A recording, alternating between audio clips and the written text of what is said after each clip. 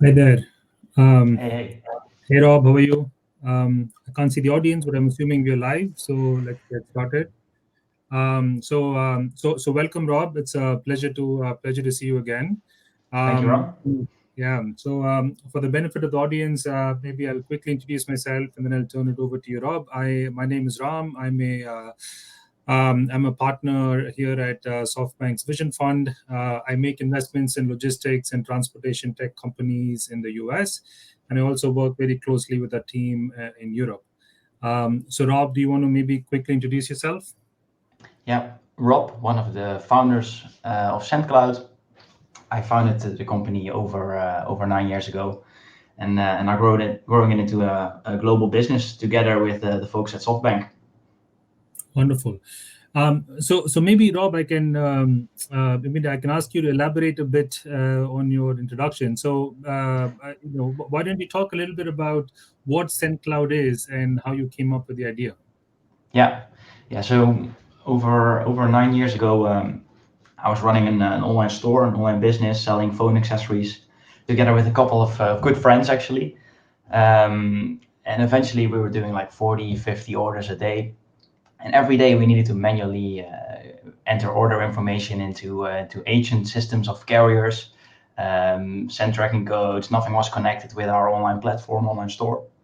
So at one point we were really fed up with it. I thought, hey, let's uh, let's try to resolve the shipping issue, right? Let's make shipping as convenient as we possibly can.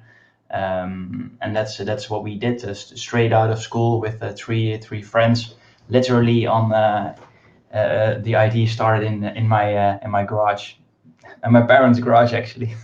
Amazing, amazing. And now today, SendCloud powers 25,000 online stores and marketplaces in all of their shipping. So we basically are the layer between all the carriers and yeah, all the store systems, warehouse management systems, whatever you might need. Wonderful, wonderful. All right. Um, Yeah. so, um, so Robert, you recently raised a round, Yes. and you've been in the fundraising game for a while. So perhaps as part of your introduction, if you can also cover a little bit, how did you find interacting with investors? Any tips for Yeah. sort of the founders in the conference? Yeah. Maybe before I do that, Rom, I think it would be great if you can introduce a little bit more of the Vision Fund and what you look for in founders, and I will hook onto that afterwards. Why we Yeah, picked. no, absolutely. No, that's a good point. So, look, I think so. We tend to invest mostly in companies that are scaling. So we are, I would say, later stage investors. I would say Series B and later. We also do, very late stage investments as well, pre-IPO as well. I mean, we look for obviously we look for many of the standard things like like a growing market, a disruptive idea, differentiated product, great founding team, things like that. But I would say like maybe the two things that are sort of unique to us versus others. Oh, I should also mention, by the way, that we do invest across multiple sectors and across almost all geographies. So we have investments across the board. But given that, I think two of the things that sort of differentiate us, one is I think our founder Masa is very bullish on AI. Rob, you have spoken to Masa, and I'm sure he spoke about AI a few different Yes. times. So I think he's very bullish on AI. But what we mean by AI is not like companies all they do is AI. It's like they are leaders in their field, differentiated in their particular sector, but somehow they use AI to differentiate themselves to create a market advantage. So I think across most of our investments, that is something we look for. And the other big thing that differentiates us is because we have all of these assets globally, not just the vision fund investment, but we also have several operating companies in across the world. We tend to look for companies where we can add differentiated value and help them grow faster than if we were not on the cap table. So I would say Yeah. those are sort of two things we look for prior to investment as well. Yeah. Yeah, in fact, Rob, I'm curious, like how were your discussions? Like, I mean, you can talk about other investors as well, but would love to hear about like, is that something that came through in your sort of your discussions with us? Yeah. I think, look, we started out raising the round, the latest round, the 150 million euros in actually in April of this year. And I think there was a high level of inbound interest anyway on the business for a long time. And we raised on the back of a record breaking 2020. I think many marketplaces are I think COVID beneficiaries. Same for us, right? So we saw a real explosion in e-commerce. So we raised on the back of that and got a lot of interest. And what I tend to look for is more or less the people. So I think it's still a people game. So when I first got in contact with Monica and Neil, and it immediately clicked. It was really nice. And I think valuation and is one thing, but it's more or less the team you work with for years, right? It's they say it's kind of a marriage, and it's kind of is, right. I'm running this for 9 years with some of our current cap table. I've been working for over 7, and yeah, I still really enjoy it, and I'm happy that we're not ones who always optimize on valuation, more or less on the people and the complete deal and the package. And next to that, I think there was a lot of added value as well. And I enjoyed the discussion with Massa a lot. It was a really cool discussion. Yes, wonderful, Yeah, wonderful. That's good to hear. nice. Hey, maybe interesting to pop a note over since we're in the marketplace conference, right? So we, as SendCloud, power quite a lot of marketplaces and our logistics, mainly here in Europe. And what you often see in the marketplaces is that there's of course the sellers, there's the buyers, and sellers, for example, need to ship stuff quickly, and you as a marketplace very often, I think, miss control, also miss tracking, miss data, and therefore if something goes wrong, the support doesn't help. That's usually where we come in and help marketplaces. And Ron, might be good to discuss a bit the European landscape, marketplaces, logistics versus the US or maybe global landscape. I don't know if it's something. Yeah, absolutely. Like, look, I feel strongly that like consumer expectations are sort of converging, right? So like the expectations of like whether it's a 1 day delivery or 2 day delivery and wanting to get it free and undamaged, I think that sort of expectation it's either the same or converging across markets. But what is different is the structure. Of course, the US, you can sort of think about it as one market, and the network is sort of the inventory network is formed around like ports and like labor conditions and things like that are of course there are like many parts of the US, but like to the extent you can think of it as one very large market. So when you think about marketplaces that are in Europe, like maybe like how, like what should someone be thinking about in terms of the complexities of executing a Europe-wide strategy um, Yeah, versus a US only strategy? yeah. I think that the one of the main differences, the European consumer in every market has different preferences. For example, in France, has a strong preference for getting parcels and stuff delivered at a service point, right? Indirectly, so Mm. not at your home. In Italy, there's still a preference of paying with cash on the door to the courier in some parts. So if you don't offer that, you will lose conversion, you will lose sales in your marketplace. Um, so that's, I think, the beauty of the European landscape. It's really diverse. Same goes for the Netherlands, for example, where yeah, people now want to select a time slot or in the evening or in the weekend, right? So maybe Mm. it is increasingly more important. And I think for a marketplace, it's the only physical touch point actually you have, right? So and I So see, how do for you example, Yeah, so how do you think about like when you think about a brand that wants to go to multiple channels, multiple routes to market, and multiple countries? Uh, is the marketplace usually advising them, or is a brand then trying to figure out and where do you like and how do you enter the picture? yeah. So there are several options, right? For example, Vinted is a marketplace which is, I think, quite excellent in shipping, and they make sure everybody goes through their entire shipping flow, and also they enable the consumer to pick a delivery option or a carrier, right? I think that's something they did really well. And so what you want in the marketplace, the ideal scenario is that your consumer or your buyer, if it's a B2B marketplace, can select where, when, how, and in what time it arrives. That optimizes the conversion rates. It's very simple. It enables you to sell more throughout Europe. And of course, we can come in and empower the connections with 80 different carriers in Europe. So that is only one API. It's basically similar to doing payments with Adyen or Stripe.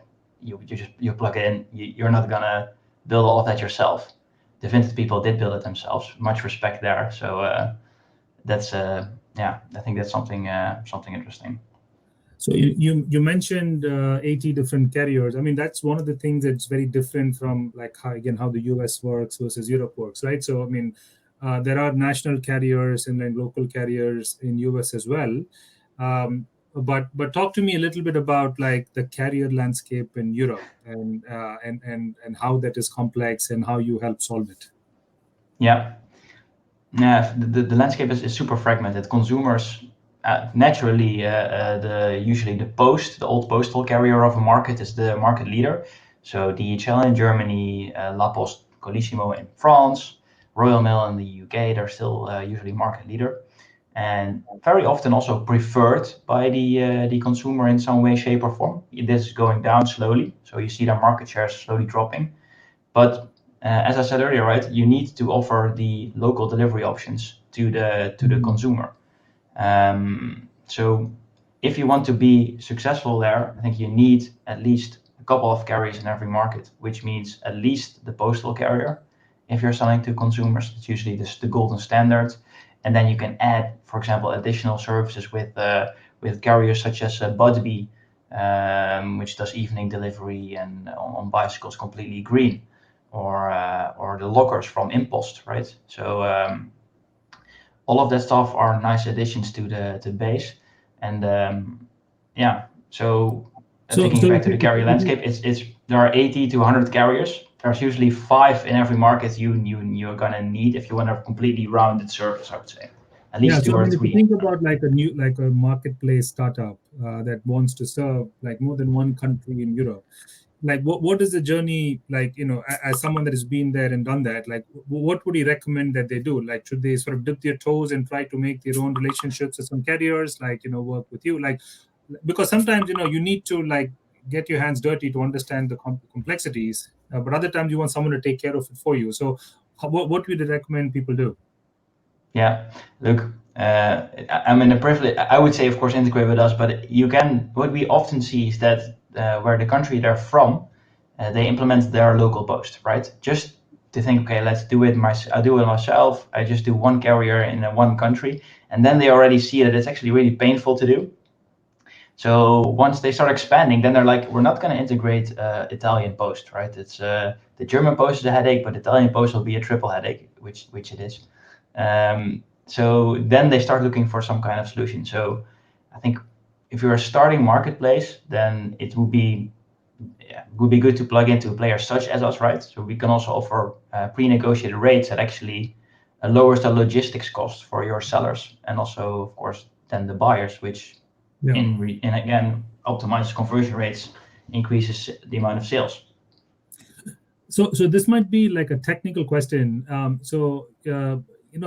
There's a labeling thing that's very critical, right? Like where like it's shipped from the brand's warehouse, and it gets to like all of these different places within a country, and then the country and the crosstalks, and then finally gets to someone 5 countries away, like, and it probably goes through like 2 or 3 different carriers. Like how do you figure out the labeling solution, and like how should people think about that?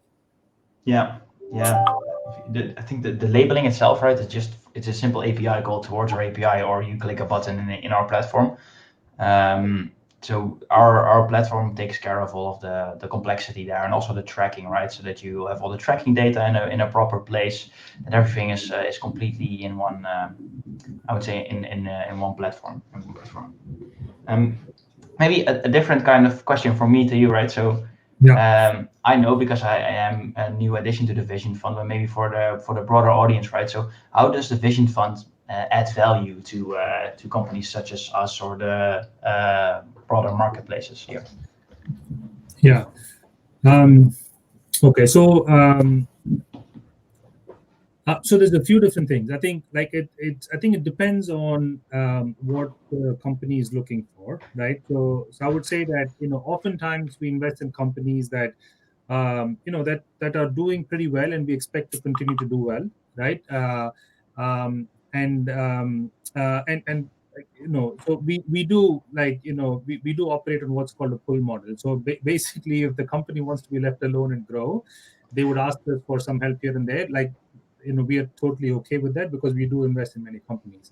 However, for a company that is open to the help and want the support, we sit down first of all with them and understand what are the areas where they want support, where do they think they have the gaps, right? So what we do then is we have that session, and then if a company says something like, listen, I'm in this market today and I want to expand to other markets, we try to understand what markets they want to go into. And as I said, one of the unique things about Softbank is we do have operating companies in many geographies like Japan, India, even Europe, and so on.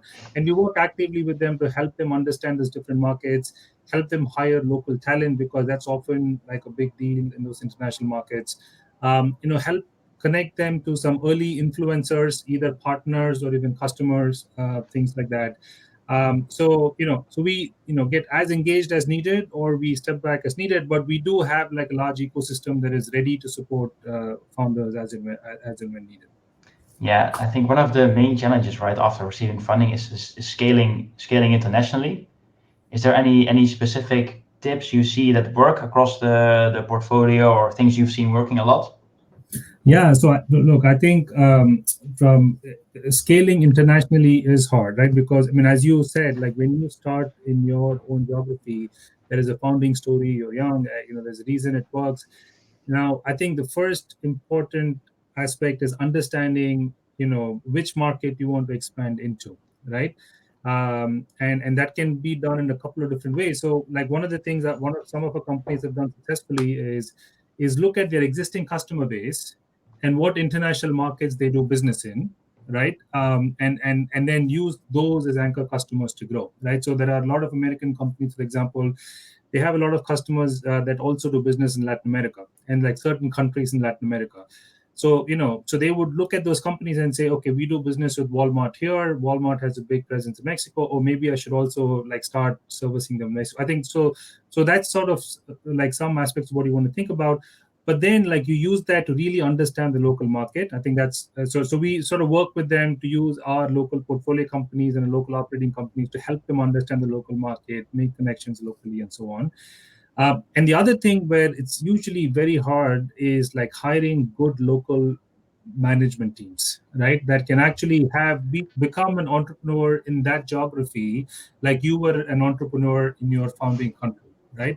And we are lucky in that because of our vast investments, we do have a pool of talent that we have access to, and we often, connect companies, to the talent that we have been working with locally, and we do see mobility between our portfolio companies. That's very attractive. I mean, there are many other things, but I would say those two sort of end up being critical things.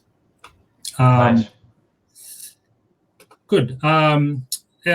Listen, I think we spoke about marketplaces. We spoke about the investing themes. We spoke about US versus. I'm trying to think, but what else might be helpful? Yeah, Helpful for. Ram, I have another question, right? I think we, Yeah. we spoke about a little bit about Europe, but not about what is the consumer expectation from the US point of view, right? I think Amazon, of course, there is the golden standard, but I won't. How do you see that? So look, I think consumer expectations are.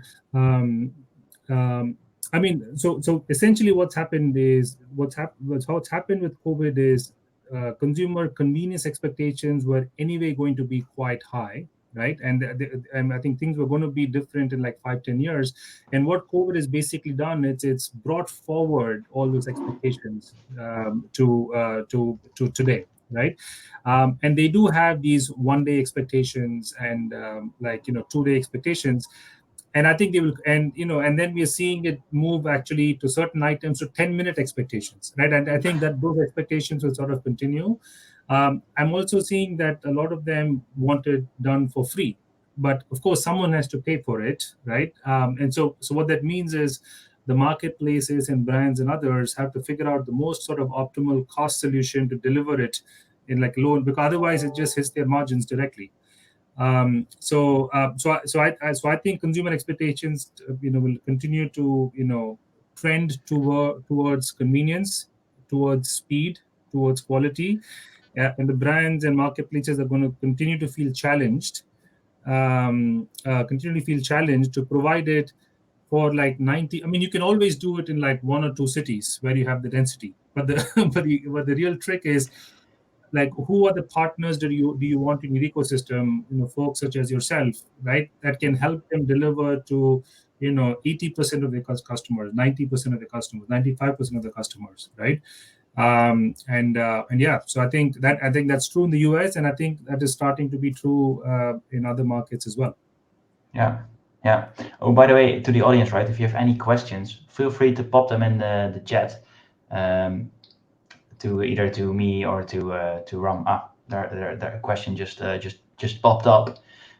What about the delivery capacity as we're facing shortages as gig workers are leaving Uber or DoorDashes? I think, is that one for me or is it for Ram? Ram, you want to take that one? Yeah, I mean, I'll try.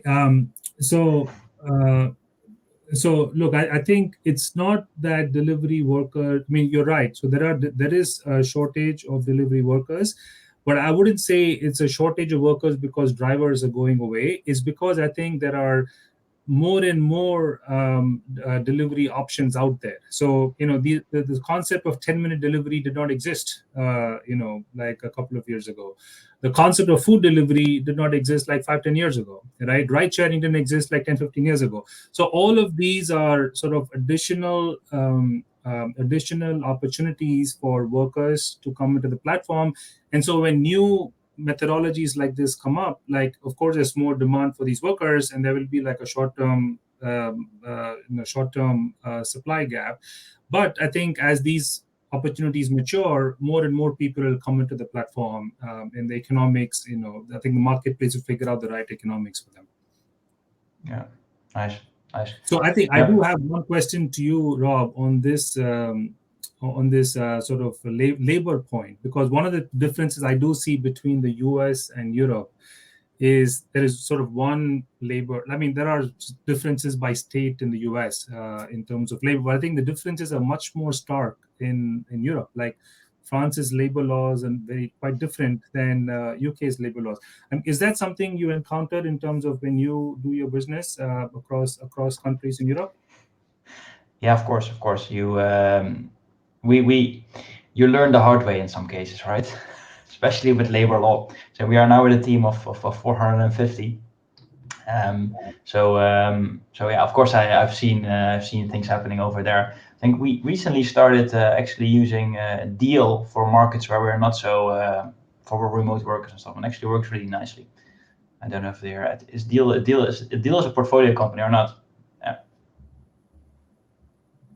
Ron, can you hear me? So sorry, say that one more time. No, yeah. For example, for the HR stuff and all Yeah, the legal stuff, I think we kind of covered that, right? So yeah, we learned the hard way by experiencing, making some that's good. mistakes basically, and being a bit naive. But then again, if you always perfectly plan everything, you won't ever actually execute it. So yeah, Yeah, no, I yeah, understand. Good. So yeah. I was looking at another question that just came up, and I think this is sort of appropriate for you. Basically, the question is, what was your go-to-market strategy in Europe? In particular, which countries did you tackle first and why? Okay. Okay, keep in mind, right? I started this when I was 20, and I had a full head of hair, and so well, we were very naive. So what we did, we started in our home market, the Netherlands, and then actually the Belgian Post, Belgium, approached us and said, "Great service you have there in the Netherlands. Why don't you come to Belgium?" And we, being opportunists, without a plan, it's like, we can do Belgium, right? It's like half of Holland. It's easy to do. So then we started doing Belgium, and then it actually was really quite painful to start. And so we were kind of dragged into Belgium, and then we of course had a broader look at the European market and thought, okay, what are the biggest e-commerce market? Where are the most parcels going around? Where is competition? You do market research, and then we went to Germany. There we have an office there. It's our second office. There's 45 people in our Munich team, and that's running actually really well. But it costs a lot of time. The German market is fundamentally different than the Netherlands or Belgium one. Different delivery expectations. Super powerful carrier, Deutsche Post being really, really powerful there. We had to kind of change our business model a bit for that. And then afterwards, you want to cover the European market. So today we are in 8 markets, covering around 75% of European e-commerce. So that's how we view it. Yeah. So, maybe a slight twist to this question is, because each of these markets are so different, right? So when you go from like one big European market to another big European market, do you then think about like, let me think about, Asia as a market or US as a market? Like how do you like make the decision between staying within Europe versus going outside of Europe? Yeah, I think that's a very fine balance, right? We want to grow, we want to be a global company because I think shipping is global, so it needs to scale up, right? But we believe that Europe alone is really complex compared to, for example, the US. And I think a solution such as ours adds way more value in Europe than in the US. In the US, there are maybe 3 or 4 carriers. If you're running a massive marketplace, you might actually think that I can actually do myself, right? But try doing like 50 in all kinds of different languages in different markets with different delivery options. It's really hard. So so that's why we are still in Europe. Eventually we'll move to the US, but that's not for the coming 6 months or something. Right. Understood. Excellent. Well, we think we have like a couple more minutes left in the chat. So so I know I call for any other sort of final questions in the chat. We'll wait for it. But in the meantime, I know this is organized by Speed Invest and Battery, and I'm like a different investor. But to the entrepreneurs in the audience, if you're looking for, if you're a logistics tech company or like a marketplace tech company, please feel free to reach out to me if you want to talk about exploring partnerships together. Cool. Rob, there is another question for you. How do you manage country-specific nuances from a technology platform perspective? Like I guess like language and things like that. Yeah. Language was relatively easy for us, right? That's solvable. But for example, let's say Italy is a great example.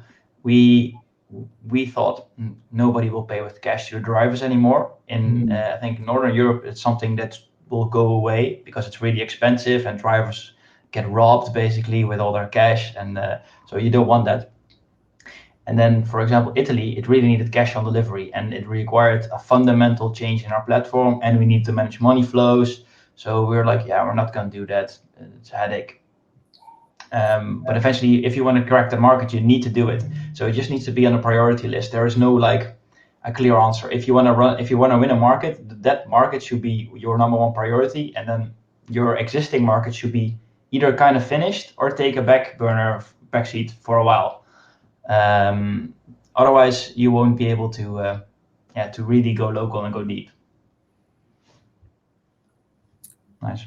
And by the way, also, if you wanna talk about shipping or just wanna reach out, feel free to reach out to me at rob@sendcloud.com. I see we're almost running out of time. rob@sendcloud.com, and Ram, and maybe your email as well. Yeah. So my name is Ram, RAM. Email is ram@softbank.com. So should be easy, but perhaps the moderators at Speed Invest can share my email with the attendees. Yeah, and mine as well. That's also fine. So thanks everybody for tuning in. Thank you, Ram, and thank you, Speed Invest and the Battery, for the invite. It was a nice chat, and thanks everybody. Thank you, everyone. Rob, pleasure talking to you again.